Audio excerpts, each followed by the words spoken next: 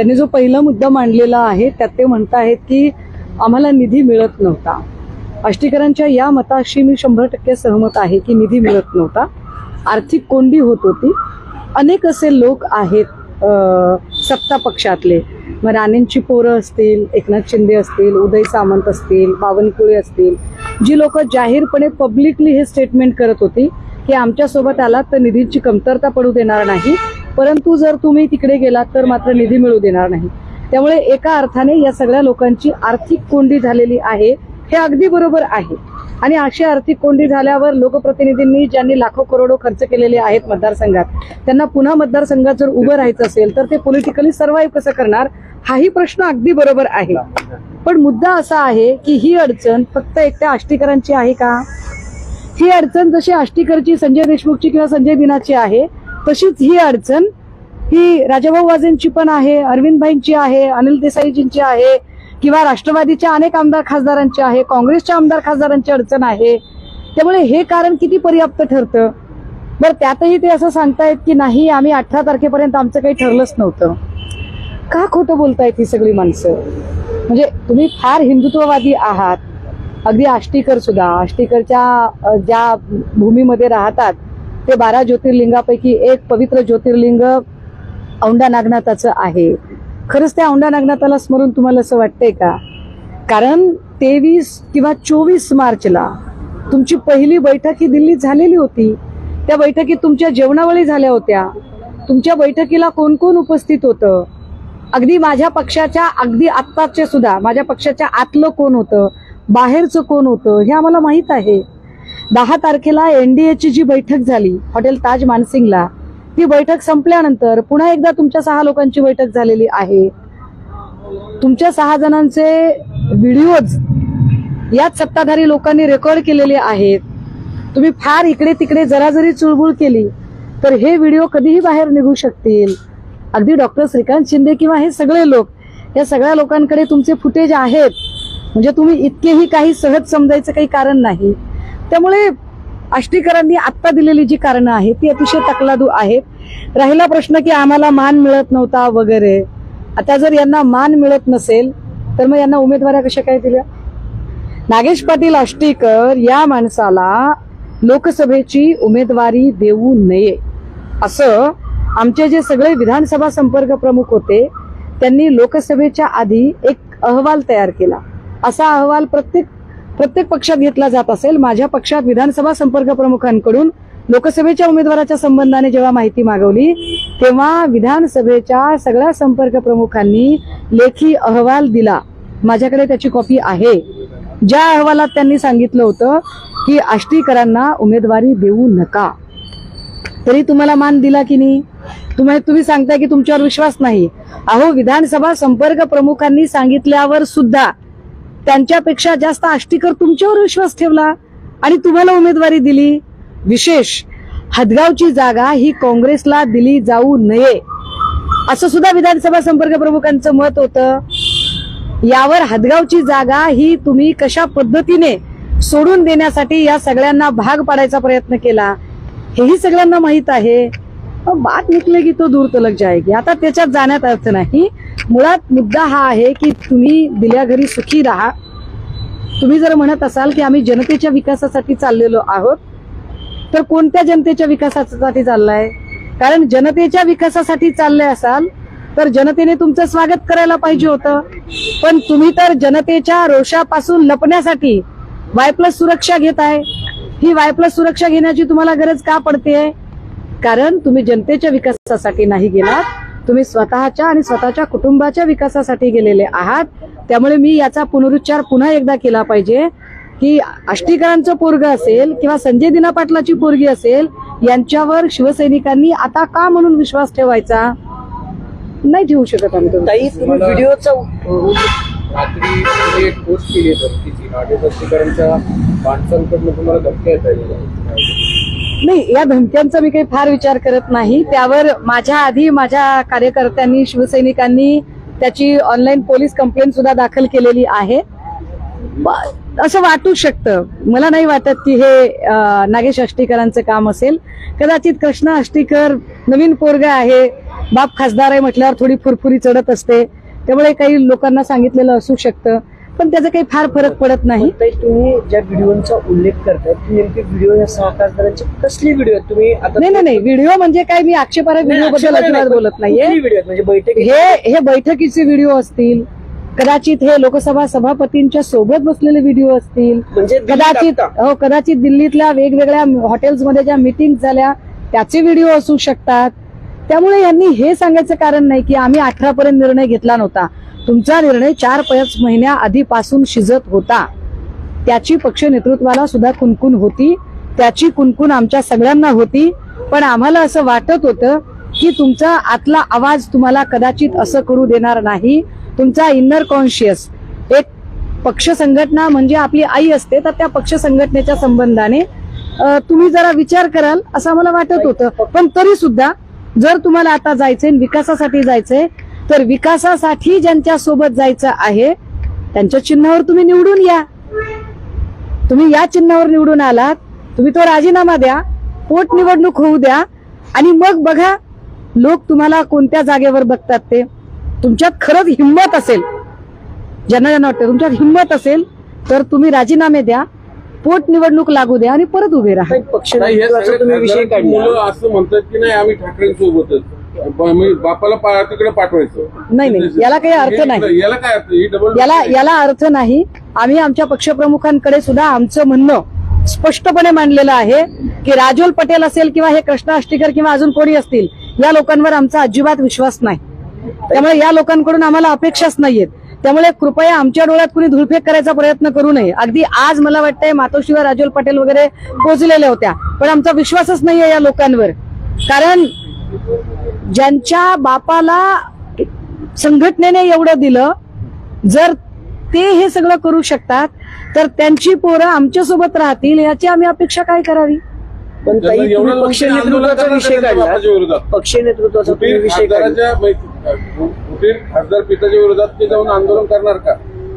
नाही अहो, ते आंदोलन करणार का? मी नुसतं एवढं म्हटलं की ठीक आहे, मी माझा शब्द मागे घेते, तुम्ही चला एक आंदोलन करा खासदारांच्या विरोधात.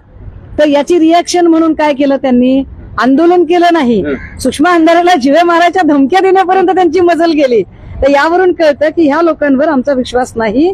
ही सगळी जी खासदारांची पोरं आहेत, या पोरांनी म्हणजे आम्ही या भ्रमात राहण्याचं कारण नाही की आमच्या सोबत आहे. तर तुम्ही पक्ष नेतृत्वाचा विषय काढलाय, पण तुमचं पक्ष नेतृत्व हळवं आहे असं बोललं जाते. कारण स्वतः आदित्य ठाकरेंचं विधान आहे आज की ज्यांनी पक्ष सोडलाय किंवा ज्यांनी पक्ष सोडण्याचा प्रयत्न केला त्यांच्यावर कारवाई होणार. पण उद्धव साहेबांचं मन हळवं आहे, जर त्यांची इच्छा असेल तर ते परत पण घेतील. असं किती दिवस चुका माफ करणार आहात तुम्ही? नाही हे जे स्टेटमेंट होतं ना, हे स्टेटमेंट विशेषतः ओमराजेंच्या साठीचं स्टेटमेंट पर्टिक्युलरली. त्याचं कारण असं आहे की ओमराजेंचं एकतर पितृछत्र हरवलेलं आहे. 20 वर्ष त्यांनी न्यायाचा लढा दिला. समहाऊ काल त्यांना त्याच्यात यश मिळालं नाही. पण त्यांचे आमचे संबंध स्नेहाचे, तणावाचे काय असेल ते असेल. पण कालच्या निकालामध्ये जे काही घडलं, अर्थात त्याला अनेक गोष्टी कारणीभूत असू शकतील. त्याला अनेक असं काही घडलेलं असेल की पुरावे असतील, साक्षीदार असतील, युक्तिवाद असेल, कुठे ना कुठे मांडणी कमी पडलेली आहे, ज्यामुळे त्या निकालामध्ये वेगळा निकाल आलेला आहे. पण काहीही असलं तरी ओमराजेंच्या मातोश्री ज्यांनी 20 वर्ष निकालाची प्रतीक्षा केली, निश्चितपणे त्यांच्यासोबत आमच्या सद्भावना आहेत, आमच्या संवेदना आहेत. आणि त्यामुळे काल या निकालाच्या नंतर ओमराजेंची एक उद्विग्न प्रतिक्रिया जेव्हा आली, तेव्हा ती उद्विग्नता बघून बापाचं हृदय म्हणून उद्धव साहेबांना थोडंसं गलबलून येणं स्वाभाविक आहे. पण काल फक्त ओमराजेंच्या संदर्भातच एवढं प्रेम का? कारण अनेक आपले ओमराजेंच्या संदर्भातच असं नाही, चर्चा करतात. कैलास पाटील बाकीचे 5 खासदार आणि एकीकडे ओमराजे नाही. मी आपल्याला पुन्हा एकदा दुरुस्त केलं पाहिजे. बघा, ह्या सगळ्यांमध्ये चर्चा कुणाची होते? नागेश पाटील आष्टीकर, संजय देशमुख, संजय दिना. कारण संजय दिना शेवटच्या क्षणापर्यंत खोटं बोलत राहिले. आपण सगळ्यांनी बघितलं शेवटच्या क्षणापर्यंत, मी इथंच आहे, मी बाथरूम मध्ये, मी इकडे आहे, मी तिकडे आहे, असं खोटं बोलत राहिले. नागेश पाटील आष्टीकर तर मलाही फोन करत राहिले आणि पक्षप्रमुखांनाही फोन करत राहिले आणि ते सांगत राहिले की नाही मी सोबतच आहे, माझं पोरगं लढणार आहे. म्हणजे नागेश पाटील आष्टीकरांचा धूर्तपणा काय होता की आपलं तर ऑपरेशन सक्सेस करायचं, पण आपल्या पोराच्याही निवडणुकीवर परिणाम होऊ द्यायचा नाही, असं दुहेरी हेतू त्यांनी साध्य केला होता. संजय देशमुखांचं काय आहे, तर ह्या सगळ्यांना मुळात हा सगळा थवा उडवण्याचं कामच हे संजय देशमुखांनी केलं. हे मी कालही सांगितलं, ते मी आजही म्हणते. त्यामुळे या 3 लोकांबद्दलची मतं वेगळी आहेत, परंतु यातले काय खासदार संजय जाधव असतील, ओमराजे असतील, ही सगळी, आणि वाकचौरे सारखा प्राणी असा आहे की वाकचौरे म्हणजे सक्सेस झालं, अच्छा किया तो मैंने किया और बुरा किया तो लोगों ने किया असं म्हणणारा माणूस वाकचौरे आहे. त्यामुळे वाकचौरेची स्वतःची अशी कुठलीच क्रेडिबिलिटी, विश्वासार्हता असं काहीच नाहीये. ओमराजे मेळावा घेतले 4 वाजता धाराशिव मध्ये. त्यांचं असं म्हणणं आहे की उद्धव साहेबांनाही त्यांनी फोन केल्याचं कळतंय. ते म्हणणं आहेत की पक्षामुळे मी मोठा झालो, खासदार झालो, मी अजून कुठलाही निर्णय घेतला नाही, मी तुमच्याविषयी काही बोललो नाही, पण 4 वाजता मी मेळावा घेऊन कार्यकर्त्यांशी बोललो. मला असं वाटतं की ओमराजेंचा हा मेळावा त्यांनी दिल्लीला जाण्याच्या आधी घेतला असता तर तो जास्त परिणामकारक झाला असता. म्हणजे तो खऱ्या अर्थाने मतदारसंघाला मान दिल्यासारखं झालं असतं की मी तुम्हाला विचारात घेतोय, तुमचं म्हणणं समजून घेणार आहे आणि मग जाणार आहे. आता ते तिकडे जाऊन आले, त्यांच्या सह्या झाल्या आहेत, सगळं झालेलं आहे, आणि अचानक निकाल लागल्यानंतर ते जे विमनस्तेमध्ये केलेले आहेत, त्यांची जी मानसिक अस्थिरता आहे की दिव्य मराठीच्या वर्तमानपत्राला मुलाखत देताना ते म्हणतात की मी भावनिक दृष्ट्या जरी चुकलो असलो तरी मी राजकीय दृष्ट्या बरोबर आहे आणि माझा निर्णय मी का घेतलेला आहे हे सांगतात. ते म्हणजे निर्णय घेतलेला आहे हे ते मान्य करतात आणि नंतर ते असं सांगतात निकालानंतर की मला निर्णय घेणं बाकी आहे. ही मानसिक अस्थिरता आहे. या सगळ्यातनं असं गृहीत धरूया की उद्याला ओमराजेंनी असं ठरवलं की मला परत यायचं आहे. ज्या लोकांनी एवढ्या अनाभाका शब्दा घेऊन सुद्धा एवढे क्रूरतेने वागलेले आहेत ते लोक ओमराजेंना सहजासहजी परत फिरू देतील का? ओमराजेंचा आतला आवाज कितीही उफाळून म्हणाला की मी चूक करतोय, मी विश्वासघात करतोय, मी वडिलांसमान ज्यांनी प्रेम दिलं त्या उद्धव साहेबांना मी धोका देतोय, असं त्यांना कितीही त्यांच्या आतल्या आवाजाने सांगितलं तरी सुद्धा संजय देशमुख, संजय दिना आणि आष्टीकरांच्या सारखी माणसं ओमराजेंना सत्याच्या आणि नीतिमत्तेच्या मार्गावर चालू देतील का?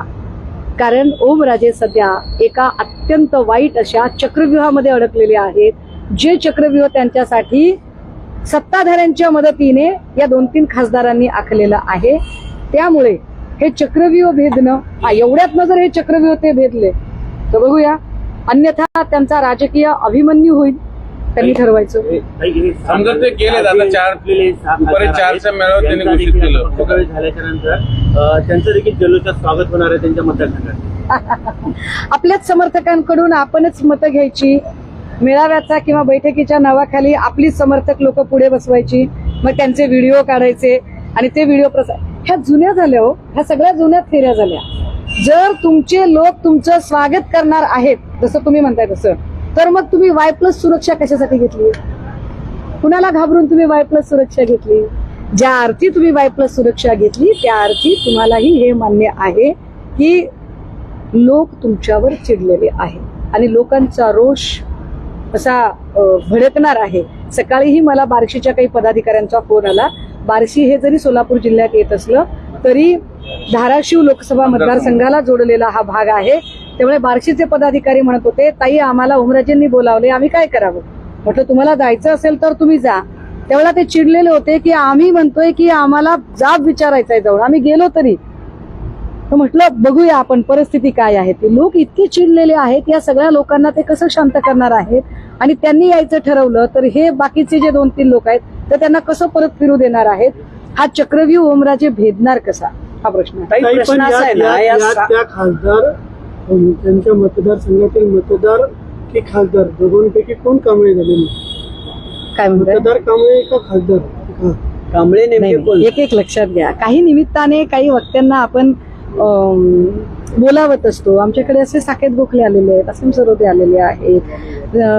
पक्षाची मतं वेगळी असतात, पक्षाचा अजेंडा वेगळा असतो, पक्षाची विचारधारा वेगळी असते. त्यामुळे एक कोणीतरी काहीतरी मत मांडलं तर त्यावरनं मी काही कमेंट करण्याचं कारण नाही. कायदेशीर पण 2 स्टेज फिरून आले असंही कारण होतं. मी म्हटलं ना की ते व्यावसायिक वक्ते आहे आणि त्यामुळे ते गेली 2-3 वर्ष ते वेगवेगळ्या ठिकाणी व्याख्यानं देतात. त्यामुळे त्याच्यावर काही मला फार बोलायचं. कायदेशीर बाब ह्याच्यात अशी अडचण येणारी आहे ना. आता ओमराजे निंबाळकर 9 पैकी 6 खासदार घेऊन गेले आता 6वे खासदार ओमराजे निंबाळकर जर धरले आणि त्यांना जर आता कालच्या निकालानंतर रिटर्न यायचं असेल तर त्यांना जवळपास 4 खासदार घेऊन यावं लागेल.